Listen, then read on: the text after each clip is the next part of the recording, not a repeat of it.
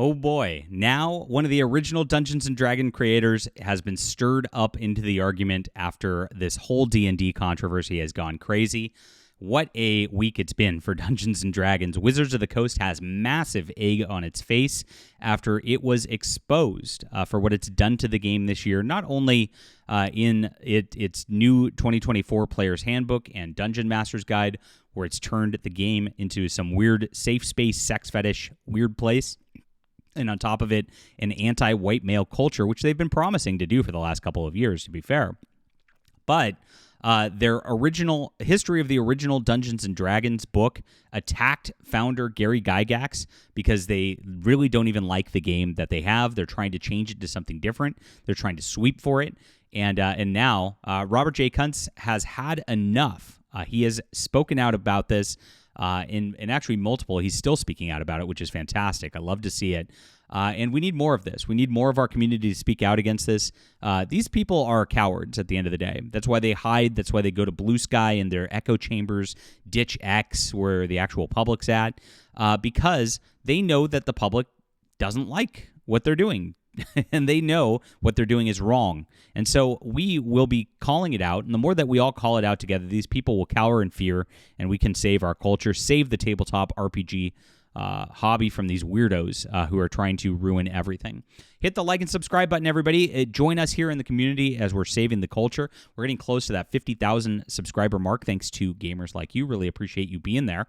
And please do check out my fantasy book. If you like fantasy stuff, like questing and the feel of old Dungeons and Dragons, you're going to love my Adventures of Baron von Monocle. This is about an airship crew going out and fighting monsters and ending up getting into a war situation. It really builds up into book 3. You're going to love it. Grab the whole series. It's a 6-book series right now.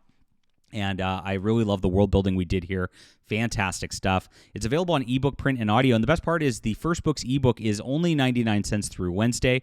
So you can get in on it very, very inexpensively because I want to get you reading the series. I believe in it, and I think you'll absolutely love it. So check it out. It's in the description below. Support great fantasy fiction and our channel. And it is all ages friendly. So if you want to give it as Christmas gifts to like kids like 10, 12, go for it. It's a good thing for that. Thank you again. We'll be back.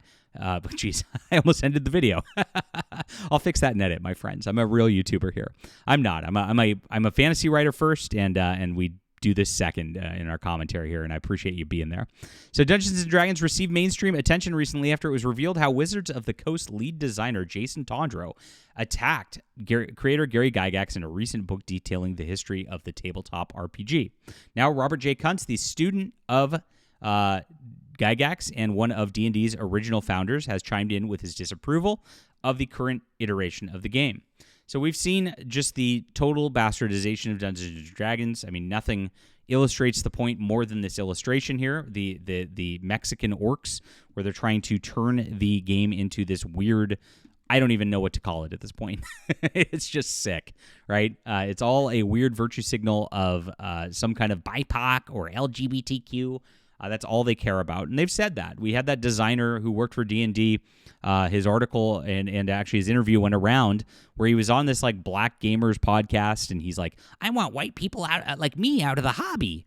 And of course, now he's been since let go from Wizards of the Coast because I think he caused so much brand damage that that's all they could do.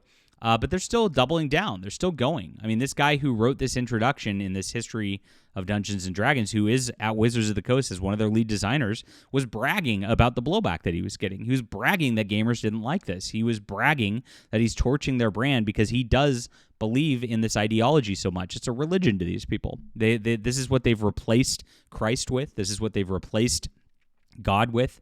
In a lot of ways, you know, those the 80s satanic panic, those people were right. That's exactly what happened. That's exactly who's at Wizards of the Coast right now. They're all weird Wiccans and things like that, aren't they? That's who's trying to take over the hobby at this juncture. Ironically, Gary Gygax converted to Christianity before he died, which we covered last week. A wonderful story in that regard, and God bless him, and God bless him for his work. But now we have more coming out about this as the original designers are talking about this.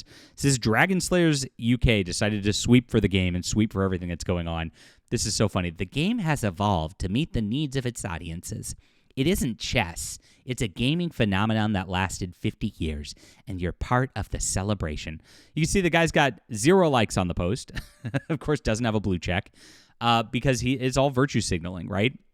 And this, like, kind of propagandizing for exactly what's going on is not in needs of the audiences. No audience wanted this. There's no audience anymore. They're killing their audience, if anything. They're killing off the people who are a part of the game, trying to say, we want this new modern audience. Please come in and join us. And those audiences are just not there. I mean, we've seen this thousands of times in different scenarios, and every time the modern audience just doesn't come in. And it is a game that really doesn't need to change. I mean, honestly, I think the best edition still is Advanced Dungeons and Dragons. I don't think there really ever was a need for more than that, other than trying to milk a property and trying to get it going. 3.5 is a great addition too. Don't get me wrong. We can have those arguments later. But since then, it's really just been a watering down of the game, a bastardization of the game. Even before all the woke stuff went down, I mean, honestly, getting into 4 and seeing how hard it is to kill player characters, as a DM, it's like, this is stupid. It makes it really, really obnoxious to play the game. Just let people die. The danger makes part of the game a thing. It's part of the participation trophy generation where they have to, they can't lose, right? I can't lose. Oh no, I'd feel bad, right? And so they tried to strip that away, and actually in the newer editions, it's even worse. I mean, it's virtually impossible to kill player characters. And not only that, but if you do, they can make the little X sign with their arms now and say, "This is my safe space, Dungeon Master. I don't like this." It's so sad. But then again, you just wouldn't have people like that at your table, and it kind of it solves all the problems by itself. It's a self-deleting problem there. So he made fun of it here. He runs 3 Line Studio now, which we'll have to look into more shortly. And he just said, ha, ha, ha, no, just mocking the idea that this is some celebration, that changing Dungeons & Dragons is somehow a good thing, that is somehow what the creators ever intended. It is absolutely false. So Neon from Clownfish TV picked this up, one of my favorite channels out there, and he said Robert Kuntz, one of the OG Dungeons & Dragons creators, doesn't seem to think too much about the current iteration of D&D or the modern audience that plays it. And no, he isn't part of the celebration. Wizards of the Coast celebrated the 50th anniversary of the game by low-key denigrating the very people who made it. It wasn't very low-key, is the only thing I'd say about that. It was very high-key, actually. And Neon then said, the game has evolved to appeal solely to theater kids and Tumblr users. Fixed it. Oof. And that's what it is. They're actually, as much as they say they're progressive, they are living in the past with this stuff. And they really are looking at the way that these wimpy theater kids were back in the early 2000s. I knew them. And then trying to appeal to them. They all played World of Darkness back then. Do you guys remember World of Darkness? Leave a comment down below if you do. That was like the first degenerate game. I could go off on that for hours. But they want that. That's who they want. And those people, of course, even now, they grew up to not really have much disposable income. So it's a bad audience to be chasing. But it is what it is. And he's 100% right on this. Neon called it. So this is where it gets interesting. Thank you, Neon. When I come on your podcast, I can't wait for this. I can't wait to watch this. I will detail the descent of D&D and the gradual ostracizing of Gary Gygax, and myself from the equation. So these are the original creators, and they're being ostracized intentionally, rather than held up, rather than made into the Stan Lee of the hobby and just held up. Remember, Gen Con was originally a Gary Gygax creation that was held on his property. And now they pretend he doesn't exist. It's really crazy. An attempted mending of that by Paizo. Paizo is the one who made Pathfinder. And then back on track to nowhere. It's a fitful, tragic ride, which apparently has a final sign ahead. Hereat lies ingratitude. And it is.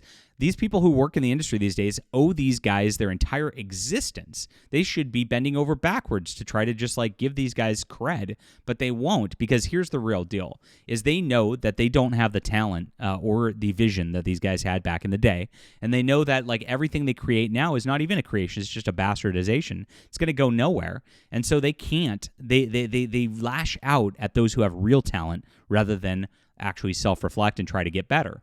It's a very weird attitude to me, because look, I know I'm a very good author. I know there are better authors than me. And what do? I don't try to denigrate those better authors. I try to learn from them so that I can get better myself, because the real life experience, and the message here, guys, is life is always a learning experience. You can always get better. You can always practice, and you can always achieve greatness by trying harder. And that's what Wizard of the Coast should figure out. But unfortunately, they're not going to. And we're going to watch them burn and laugh at them the entire way. And, of course, promote alternatives here like Three Line Studio. I hope he has a tremendous success on Clownfish TV. Can't wait for that interview. Leave a comment down below with what you think about this. Hit the like and subscribe button. Make sure to check out some great fantasy guys. As I said, I learn every single time I write a book. I think each book gets better in the series, and it gets really, really crazy once you get into the Crystal Conspiracy. You want to talk about a good D&D adventure? I think you'll absolutely love this. Go grab these books in the description below. First book is only 99 cents on sale through Wednesday. Thank you guys so much for reading and being there.